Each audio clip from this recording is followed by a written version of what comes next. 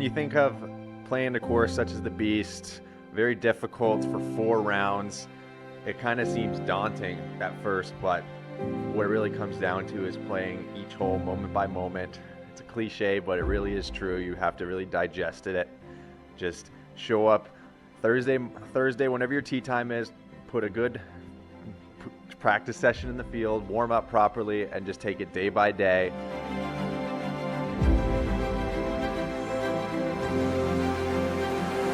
Even though this year they have shortened some of the holes, I feel like still quite a lot of distance is required on some of these shots. But mostly you have to be extremely accurate, keep the disc in bounds. It's been very windy. In order to be able to design a major level course, you need to understand the game deeper. And of course the game is changing all the time. So I would say that this particular course is representing kind of not the modern type, like an open field golf course shots, but this is more like that you really need to have an angle control, which is very important. So that's something that I really cherish as a course designer, because it's not about the distance, it's about the accuracy. I think out here, there's definitely plenty of spots to go out of bounds, and bogeys are going to happen. You're not just going to play perfectly clean every single round, so it's just, not letting things, compound and getting a bogey after you just got a bogey. Course design is probably one of the things I like the most, because it's almost like an art. You have a piece of property that you can build or design as a golf course, and you really can challenge, and you want to challenge every skill set of the player, and that is especially in place here at the Beast.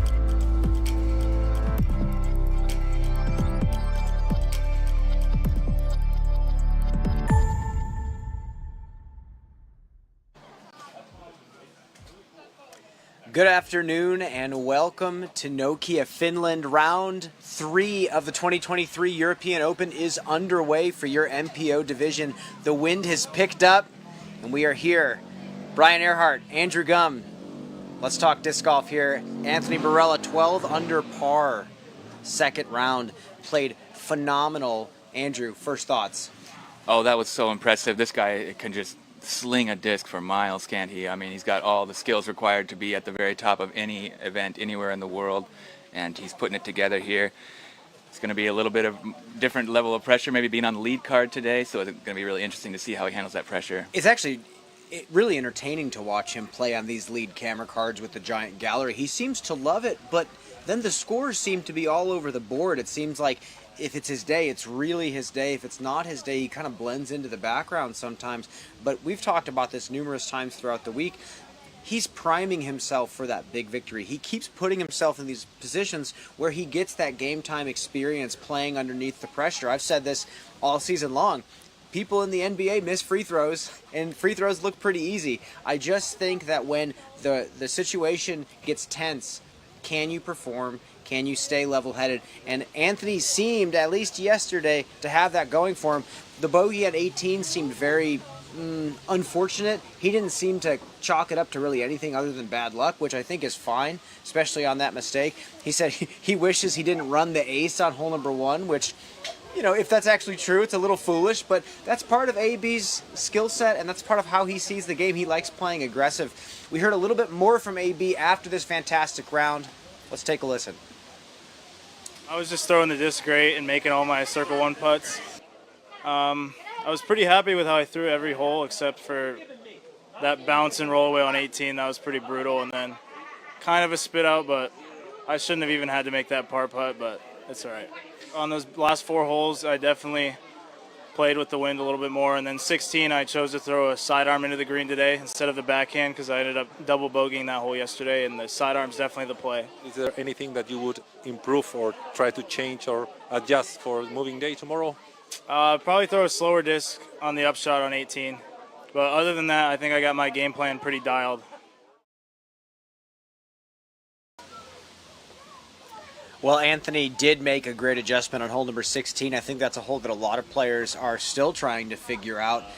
Briefly, talk about what you've seen on this hole, and do you also believe the forehand is the right play? Oh, absolutely. The forehand comes in with a better angle in order to stick the green. You see the backhands blowing past so often, even when they land what looks like in a perfect spot. The back OB line is so close to the green there that it can easily skip out.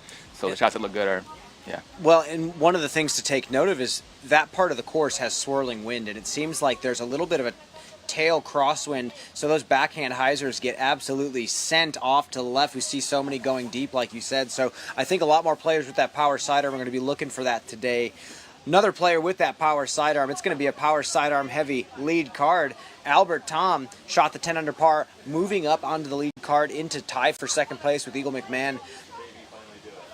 What do you think about Albert Tom? And I know it hasn't been a great season for him so far, but this place seems to be pretty magical for him, so to speak. He's had a lot of success here in the past, and you know, it's been fun to watch him out here. That's where I first saw him back in 2019, I think, and where he got the name Bazooka there. But he's quite a hero in Europe. He's the one blazing the trail, going full-time, committing to tour over in the States. So he's kind of paving the road for the future of these European players that they like want to follow in his footsteps. Well, and let's maybe talk about that a little bit more. What do you think that the impact truly is of him coming over here to the States to prove his skills?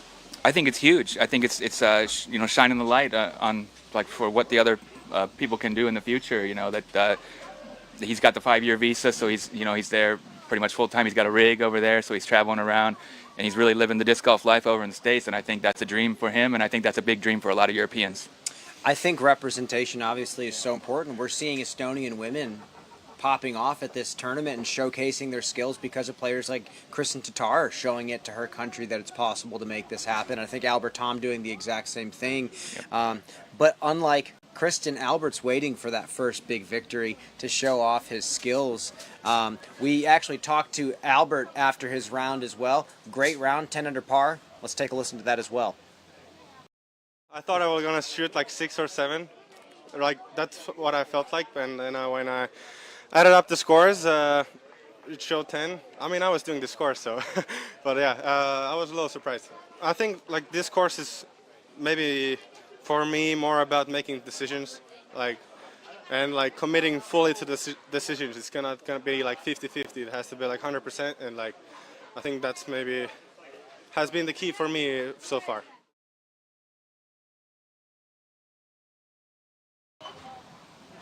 Well, Albert is leading the field in Circle 1 in regulation, which at a course like this is extremely important with how challenging some of these greens are. Circle 2 putts a little bit riskier to run out here.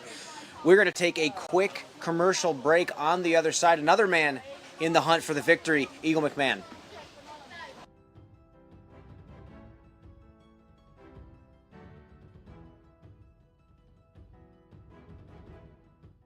What makes the Halal Guys so deliciously different?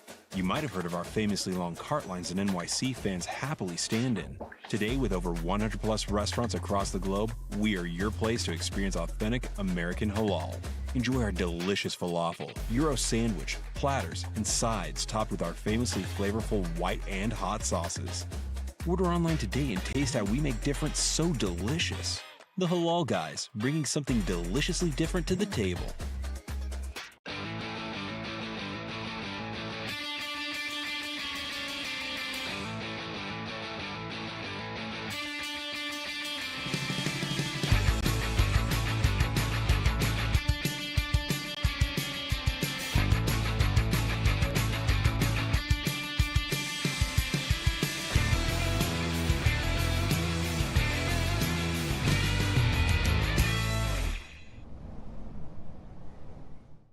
One of my favorite memories growing up was a trip I took with my dad to Hawaii. We just got done with a round of disc golf and decided to listen to the Grateful Dead. Without saying anything, we both knew we needed to dance, and that's exactly what we did.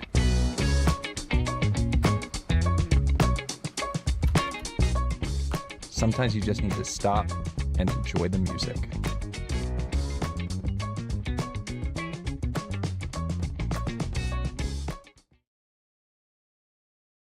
Feeling amazing now.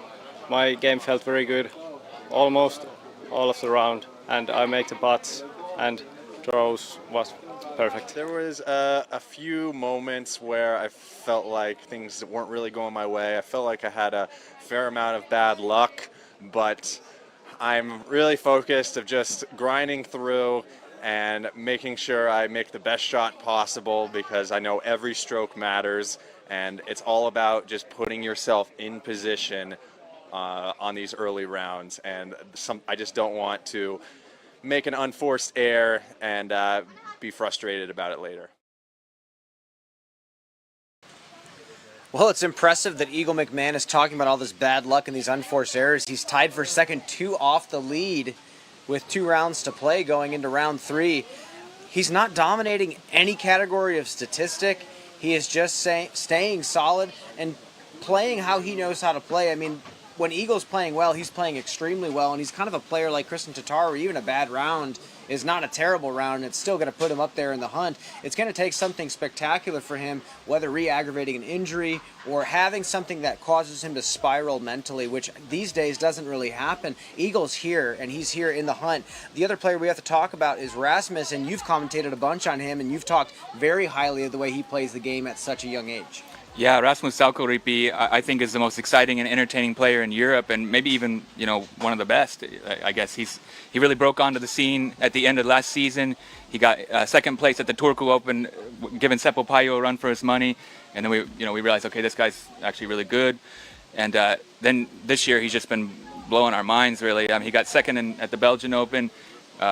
He threw some lines that were just insane, like stuff that I've never seen people do with the forehand. Turning late. Yeah, so, he's a really exciting player, the amazing otter. I'm so happy he's on this lead card. I'm really looking forward to seeing what he can do under this pressure. Well, it's funny you say all these things about Rasmus. It seems like just a few years back we were saying all these things about Eagle McMahon when he was first coming up in the scene.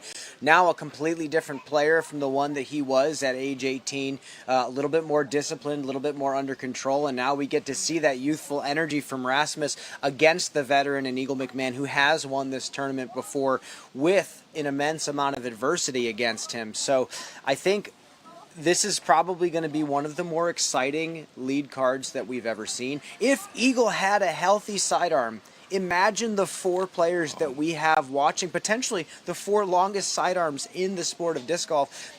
Do you believe that has something to do with the way this course is playing right now? Well, it's no secret that a big power forehand will get you far on this course. That everyone's known that for years, and so that's not too surprising to see the big guns up there at the top. But Eagle, it's his floor is so high, like you said. He doesn't seem to blow up anymore like he used to. And if you look at the leaderboard, he's the only one in contention really who has won this event before, or an event of this kind of magnitude. Well, it's crazy that he's still playing so aggressive on this course. There's 3 or 4 rollers that he blasts off the tee on really challenging shots. We just saw the roller on 13 he plays yesterday, where you have to aim for the tree on the left side of the gap in order to get that to play out. So Eagle's playing with a ton of aggression and confidence. And it's going to take that to beat a player like Rasmus, who really has nothing to lose. He has everything to gain. This is a big opportunity for him to take down a major championship and do it on camera on the Disc Golf Network. We are going to take one more commercial break here, and on the other side, we have a chase card full of talent ready to take down a victory as well.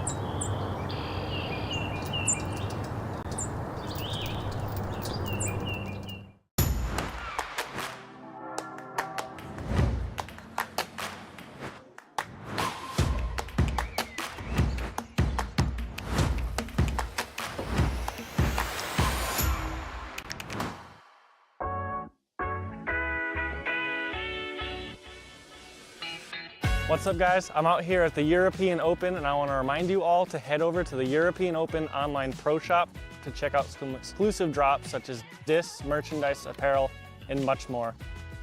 Thank you all for supporting the event, and enjoy the show.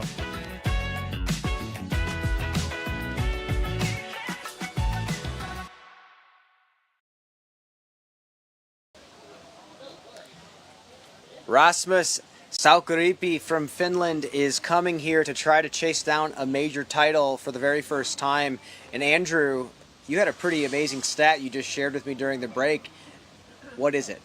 Well, it's no secret that he has a lot of power, but also accuracy. He's number 2 in the world this year in C1 in regulation. Well, and with that said, that gives him so many opportunities if he can keep that momentum going to take down this victory, but it happens on the putting green out here at the Beast. And speaking of power and accuracy, we have a star-studded chase card as well, not too far behind, with huge distance throwers. And Corey Ellis and Ezra Aderhold both spoke to us after their rounds yesterday to get them to the chase card. Let's hear what they had to say. I feel good. I felt like I definitely left some strokes out there, but bogey-free I was really happy with. That's always the goal. Yeah, a little bit of rain to start the round, but it cleared up pretty quick, and I'm happy it's pretty out. Hopefully it stays like that for the rest of the weekend. Well, you're going to be on the chase card tomorrow. Do you make game plan changes this late in the tournament at all? Yeah, definitely depending on the weather. So like on 18, I threw a backhand off the tee because of the left-right wind. I felt like it was going to push my forehand out of bounds. So things like that, but not necessarily, just for situational stuff, just kind of based on the weather. I haven't been able to do as much practicing as I'd like to, just with being, overseas. I don't have all my equipment. Kind of hard to find baskets and stuff, so that's maybe partly why. But yeah, I think I had 4 or 5 looks from just outside C1 that I wasn't able to capitalize on. So hopefully I can kind of correct that for tomorrow.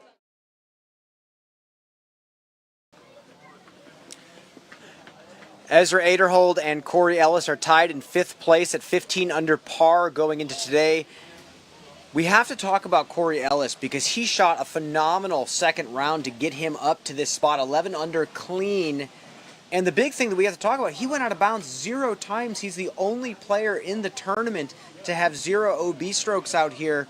How important is that out here at the Beast? Well, on this course, that's remarkable. I mean, maybe unprecedented. I can't think of it. I mean, I haven't studied all the stats, going back years, but I off the top of my head, I can't think of anybody who's kept it clean out here for a full event or for that many rounds even. Well, and Corey Ellis is a player known for his power and obviously known for his putting. He broke a lot of putting records a few years back and got a lot of recognition for it. But now he's in a position to combine all of those skills and play some safe golf with a little bit of aggression and push his way to the top. I mean, he's not that far off Anthony Barella. I think if he shoots another 11 under par, he has a good chance of being at least in the hunt. Some of these guys ahead of him are bound to shoot something like this given that the conditions remain the way that they are. Ezra Aderhold, on the other hand, not having a similar day to Corey. Ezra kind of falling off of the lead card, going to the chase card, and struggling from circle 2. What did you see from Ezra yesterday? Well, it seemed pretty steady goes, but yeah, nothing too stellar or anything. No great fireworks or anything. It seemed like he was just kind of plodding along, but for him, that's a 6 down, I guess. Well, a slow start for Ezra. I mean, there's a bunch of holes on this front 9 that you can get. He heated up around hole number 7 and got some great birdies, but man, I mean, hole number 2, that's a forehand for him. Hole number 3, got a 5, and that's a hole that he can easily take an eagle on any given day. Hole number 4, kind of a gimme, or not a gimme, but it's give or take each day, birdie or par. He has opportunities to take strokes, and I think if he can continue on with the pace that he set, middle of the way, late in the round, and just get a few more birdies, he can easily jump back up into the lead card. We have to talk about a couple other guys on this card, and again, it seems like the talent just keeps going here on these lead card, chase cards, probably down to the 5th card. Yeah, all the way. Calvin Heimberg snuck up here to the chase card, and Calvin not necessarily having the weekend that his fans were wanting him to have, but still an opportunity. How good are his chances to jump back up to the lead at some point this tournament? He's only 5 strokes behind the lead right now, and he's one of the, maybe the best player in the world as far as quality and consistency goes. So I think there's a great opportunity for him. All he has to do is just come out here on moving day and shred it up. He could be right up there. And the big thing I see here is hole number 15. He gets the 4, and this is a hole that he is a master of. I believe right when they started pushing it to this position before, he was one of the only guys getting it when the wind was higher than it had ever been. So I think Calvin just needs to clean up a couple little things. He's gone out of bounds 5 times this tournament, which is way too many. Again, Corey Ellis 0 times this tournament. Calvin just needs to clean up the play a little bit, and like you said, even though he's on the chase card, he's still 5 strokes off the lead. He is the most consistent player in the world. We're seeming to talk about him every single weekend. A player that I am so excited to talk about being on this chase card in Finland, Vaino Makela. You know a ton about Vaino. You've watched a ton of Vaino. What do you have for me? Yeah, he's been touring pretty extensively in the States this year and done pretty well, a couple top 10s and everything, but I know he wants to be on top. He's playing for the win. He's a really serious professional. He's got a huge fan base here in Finland with, just tons and tons of kids, and everybody loves him. So that's gonna be a big gallery there on the chase card. He's got major star power, but he's also a really dangerous player. That if he can just keep it clean and make those putts, he could easily shoot a 12, 13 plus down. What gets you that superstar status here in Finland? What has gained him such a huge fan base out here? Well, he's a super high quality player. Obviously, he's won I think at least 4 of Finnish national tours. So he's been putting in the time, and having the success.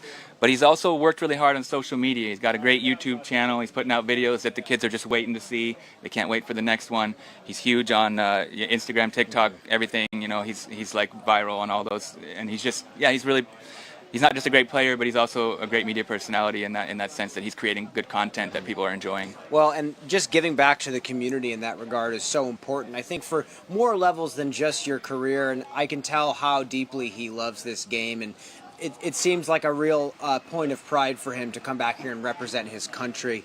With that said, we are going to look at the cut line in just a bit after the break.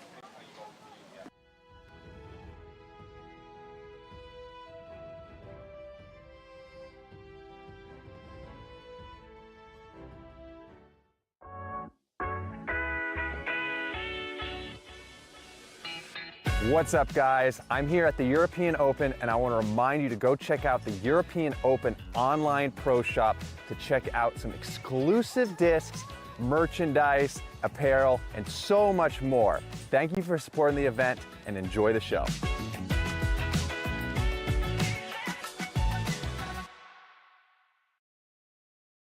A round of disc golf can be long, and if you're playing in a tournament, it can feel like a marathon.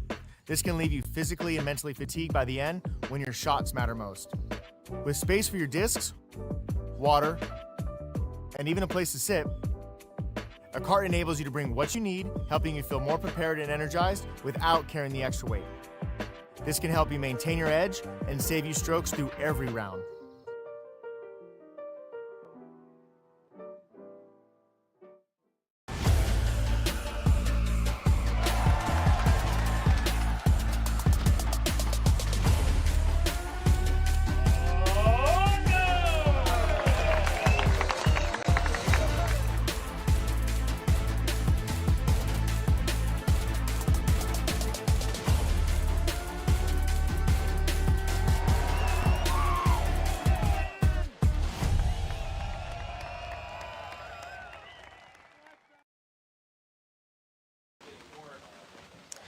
Welcome back. We are going to zoom in down the leaderboard a bit at the cut line. And this season in general, it seems like every single event, there's a cut line with players with immense talent just below it or above it. I mean, players today fighting for their lives to play in the final round. We're cutting at 65th. Zach Arlinghaus, Luke Humphreys just on the bubble with Jona. I mean, speak about some of these Finnish players that you're seeing on this line.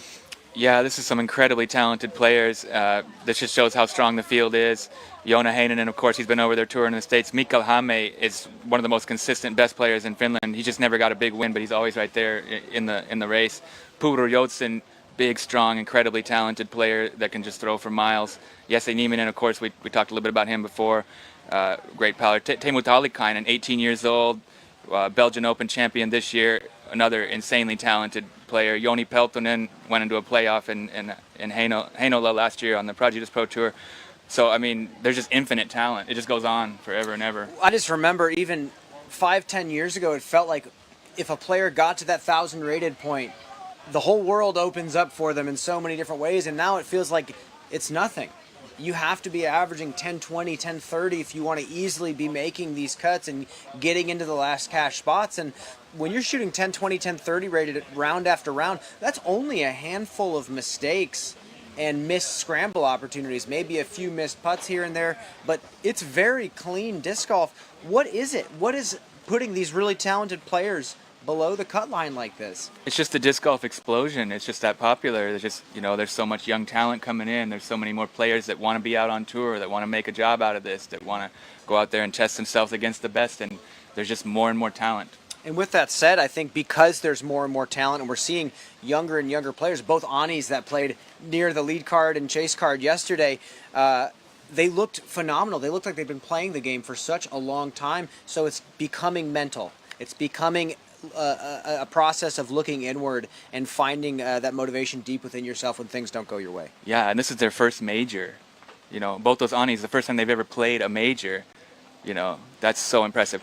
Unbelievable stuff, and today is going to be another interesting day as we see the dark clouds starting to funnel in yet again for this MPO lead card. We're going to wrap up Tournament Central, throw it onto the ground. Brian Earhart, Andrew Gum, we will see you out there.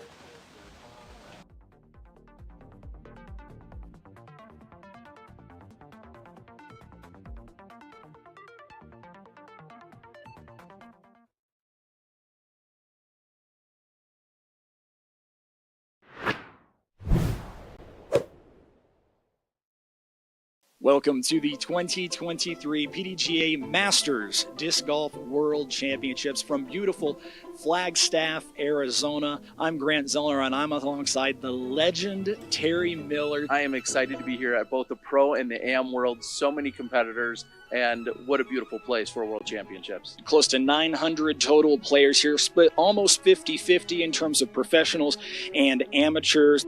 This is not the first time we have been to Flagstaff for a PDGA major. 20 years ago, we were in the Flagstaff area watching world champions get crowned. The course was attackable. Plenty of players collecting a lot of birdies out here. What a competitive battle, all very much veterans of the game. It's going to be as tight and competitive as any other event you're going to watch this year. We're talking about some of the legends of the game that have been around for a very long time, that have all won big events. I'd like to present to you the world champion of the 2023 PDGA Masters World Championship, Chris Smith. George Bodaroga. James Eustace. Hank Newland. Juliana Corver. Maflaz Reneke. Back to back, Joe Revere. Oh, Scotland.